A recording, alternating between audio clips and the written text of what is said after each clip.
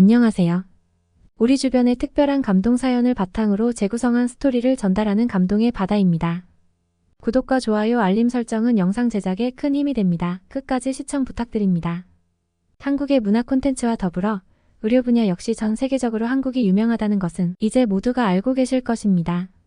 그 중에서도 한방치료를 목적으로 한국을 찾는 외국인들이 가파르게 늘어나고 있는데요.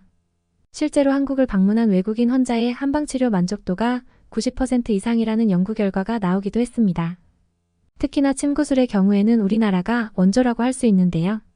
단순히 환자뿐만 아니라 직접 한의학을 배우기 위해 한국으로 향하는 외국인 의사들도 증가하고 있습니다. 한방치료 중에서도 외국인들에게 가장 만족도가 높았던 치료법인 침술에 대한 인식이 완전히 바뀌었다는 것을 알 수 있는데요. 오늘은 직업상 급격한 스트레스로 인해 몸의 마비 증상으로 고통받던 프랑스의 한 패션 잡지 기자의 사연을 소개해드리겠습니다. 안녕하세요. 저는 패션의 도시 프랑스 파리에 사는 샬롯이라고 합니다. 세계적으로 패션에 관심 있는 사람이라면 파리의 패션쇼를 모르지 않을 거라고 생각해요. 세계 각국 모델들도 파리 무대에 서기 위해 열을 올리고 있는데요. 그래서 그런지 어릴 때부터 저의 관심사도 패션이었습니다. 그래서 대학을 졸업하고 패션 잡지사에서 일하게 되었습니다. 예술 감각이 뛰어났던 저는 패션은 물론 트렌드에 대해서도 자연스럽게 관심을 가지게 되었는데요. 그러던 어느 날 한국의 독특하고 혁신적인 패션이나 뷰티 트렌드에 대한 동영상을 보게 되었습니다. 요즘엔 유튜브가 활성화되어 있잖아요. 그 속에 한국 여성들의 아름다운 스타일이나 한국 가수들의 화려한 무대 의상이나 헤어스타일까지 볼 수가 있죠. 저는 그런 한국의 패션에 완전히 매료되었습니다. 도대체 한국인들은 어떤 이유에서 그런 매력을 뽐내는지 궁금해졌습니다. 그래서 한국의 피부관리 제품이나 화장품도 알아보게 되었습니다. 세계적으로 패션 유행을 선도하는 파리가 아닌 동양의 작은 나라에서 그들만의 문화를 유지하고 세계적으로 강렬한 인상을 줄 수 있다는 것 자체가 사실 쉬운 게 아니거든요. 파리에서 세계의 유행을 주도하는 패션쇼가 열리는 것과 세계의 많은 디자이너들이 한자리에 모여 서로 경쟁하고 협력하여 새로운 유행을 창조하는 것 모두 너무 오래전부터 이미 이루어놓은 걸 당연시하고 그대로 따르려는 게 강하죠. 그래서 여전히 매년 파리 패션쇼에 서기 위한 세계적인 모델들이 오디션을 보기 위해 모여드니까요. 그런 면에서 한국이라는 나라는 저의 호기심을 불러오기 충분했어요. 몇 년 전부터 꽤나 유명한 패션쇼에 꼭 포함되는 몇몇 한국 출신 모델들이 있었는데요. 요즘 들어 손에 꼽힐 정도로 이름이 알려진 한국인 모델들이 메인쇼에 모델로 서는 것들을 보게 되면서 저의 관심은 결국 한국에 직접 가보고 싶게 만들었어요. 한국이라는 나라를 직접 가서 보고 한국 사람들은 어떻게 꾸미고 다니는지 느끼고 싶었죠. 그런데 어느 날부터인가 아침에 자고 일어났는데 몸이 잘 움직이지 않는다는 걸 느꼈어요. 대체 무슨 일인가 싶어서 거울을 봤는데 제 입이 제 뜻대로 움직이지 않는 거예요. 태어나서 이런 경험은 처음이라 너무 당황했고 저의 가족들 또한 이게 어떻게 된 일이냐며 걱정하기 시작했습니다. 저는 바로 병원으로 달려갔고 안면마비라는 진단을 받게 되었습니다. 의사는 저에게 과도한 스트레스 때문이라고 설명하며 곧 괜찮아질 것이라고 말을 했어요. 그리고 치료를 받고 집으로 돌아왔지만 저의 얼굴은 나아지지 않더라고요. 설상가상 허리와 어깨까지 아프기 시작하는 바람에 저는 침대에 누워있을 수밖에 없었습니다. 그리고 그 이후 저는 모든 일을 멈추고 건강회복에 힘쓰기 시작했어요. 3일 정도 시간이 흐르고 허리와 어깨의 통증은 사라졌지만 안면마비는 그대로였습니다. 식구들은 저의 안면마비가 다시 좋아지길 바라며 온몸을 마사지해주는 등 노력했지만 헛수고였습니다. 물론 비싼 병원비를 지불하고 병원에서 진료를 받고 약까지 먹었지만 상태는 크게 호전되지 않았습니다. 이대로 평생 살아야 되는 건가 하는 생각에 우울해지기 시작하더라고요. 저는 그동안 저의 직업을 위해서 정말 하루에 4시간 정도만 자면서 쉬는 날 없이 일을 해왔습니다. 처음에는 너무 일이 바빠서 피곤한 기색을 느낄 시간도 없었고 또 나날이 성장하는 저의 모습을 지켜보면서 뿌듯한 마음이 들었기 때문에 제가 이렇게 몸이 아플 거라고는 꿈에도 상상하지 못했습니다. 정말 어릴 때 아파서 병원 신세를 져본 것 말고는 아팠던 적이 없었기 때문에 이렇게 일을 무리하게 해도 별 탈 없이 지나왔던 것이죠. 사실 솔직하게 이야기를 하면 제가 살았던 프랑스에서 어릴 때 아파서 병원 신세를 지고 나서 저희 가족들이 경제적으로 많이 힘들어지게 되었습니다. 많은 사람들이 아시다시피 프랑스의 의료보험 체계는 정말 말도 안 되게 비싸니까요. 어릴 적 이후로 아팠던 적이 몇 번 있기는 했지만 그때마다 저는 병원에 갈 생각보다는 참고 집에서 요양하면서 치료하는 것을 당연하게 생각했으니까요. 그러던 어느 날 같이 일하던 한국 동료가 인터넷 사진을 보여주며 미국의 유명 가수도 나와 같은 증상으로 한의원에서 침과 부항 치료를 받고 나았다는 보도자료를 보여주는 것이었습니다. 저는 하루도 빠짐없이 일을 해야 하는 입장이었지만 바로 증상을 완화시킬 수 있다는 그 친구의 말을 믿고 한국행 비행기를 당장 예약했습니다. 드디어 비행기를 타고 한국에 가는 날 긴장감은 생각보다 컸어요. 그렇게 한국에 도착했을 때의 느낌은 생각보다 훨씬 좋았다고 말할 수 있을 것 같아요. 그리고 신기하게도 공항에 있는 승무원들은 하나같이 다 예쁘더라고요. 화장을 과하지 않도록 티 안 나게 했는데 정말 유튜브나 한국 드라마에서 보던 것처럼 자연스러운 피부색을 강조한 화장이 동양인에게 잘 어울리는 것 같았어요. 안 그래도 유럽 사람들보다 어려 보이는데 그런 장점을 더 부각하는 것 같았거든요. 가족들도 인천공항의 화려한 불빛과 웅장한 규모에 압도당한 것 같았죠. 생각했던 것보다 상당히 잘 사는 나라라는 걸 눈으로 확인하고 나니 안도하는 것 같았습니다. 그렇게 한국 여행길이 시작되었습니다. 숙소는 서울 도심에 있는 옛 한옥을 숙소로 개조해 고급스럽게 꾸민 곳에 묵게 되었습니다. 가격은 호텔과 크게 다르지 않았지만 한국 특유의 문화를 느끼고 싶었던 저와 제 가족은 한옥을 선택했고 한옥이 주는 편안함에 매료되었습니다.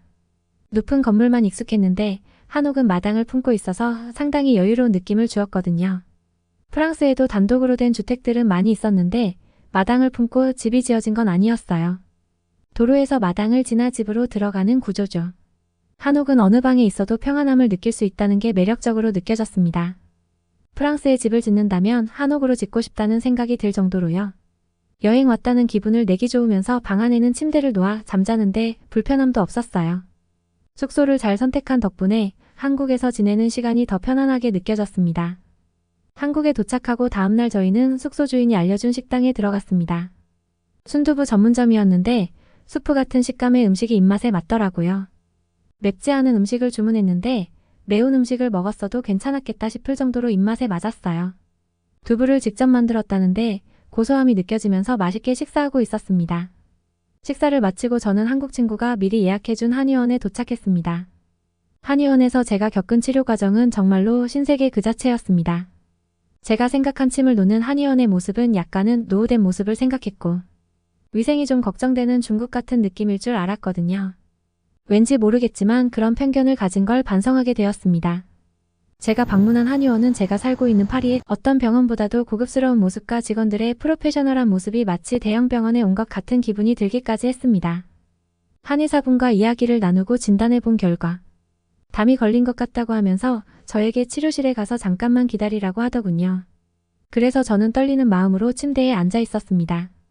그러자 곧 다른 의사분이 저에게 오시더니 아픈 목과 얼굴에 이리저리 손가락을 갖다 대시고는 이전에 한의원에 와본 경험이 있냐고 묻더군요. 저는 한국에 와서 한 번도 병원에 와보지 않았다고 말씀을 드리자 한의사분께서는 침과 부항이라는 것을 이용해 치료를 할 것인데 너무 긴장하지 말고 저보고 편하게 있으라고 이야기해 주었습니다. 그러더니 뭉쳐있던 목과 얼굴 부분에 침을 놓고는 어떤 전류를 연결해서 흘려보내는 것입니다. 저는 처음에 정말로 떨렸고 반신반의였습니다. 이런 치료는 정말 처음이었으니까요. 서양 병원에서 받은 물리치료와는 완전히 다른 형태였습니다. 그리고 나서 이후에는 부항도 떠준다고 했습니다. 한의사분이 등 쪽에 부항을 떠주었기 때문에 저는 보지 못했지만 부항이 피를 빼는 것이라는 것을 알고는 있었습니다. 저는 이걸 왜 하는지 의아해했지만 한의사분이 부항을 다 하고 나서 저의 목 밑에 맺힌 피를 닦아 보여주셨는데 그건 제가 알던 빨간 피와는 완전히 달랐습니다. 한의사분이 보여준 제 피는 완전히 검은색에 가까운 피였습니다. 도저히 제 몸에서 나온 것이라고는 생각이 들지 않아서 의사분에게 여쭤봤더니 제 몸에서 빠져나온 것이 맞다고 하더군요. 피라는 것은 원래 몸 안에서 잘 흘러야 정상인 것인데 이것이 제 몸에서 뭉쳐 흐르지 않다 보니 말 그대로 피가 죽게 되어 이런 피가 나온다고 하더라고요. 한국어로도 이를 사열이라고 불렀습니다. 이후 치료가 끝났고 의사선생님은 다음에 아프다면 다시 찾아오라는 말을 해주었습니다. 더욱 깜짝 놀랐던 이유는 치료비였습니다. 며칠을 한의원에 가서 침을 맞고 물리치료를 받았는데 쓴 돈은 고작 10만 원 남짓이었어요. 파리에서 아마 이렇게 진료를 받고 병원에 다녔다면 10배는 더 나았을 텐데 말이죠.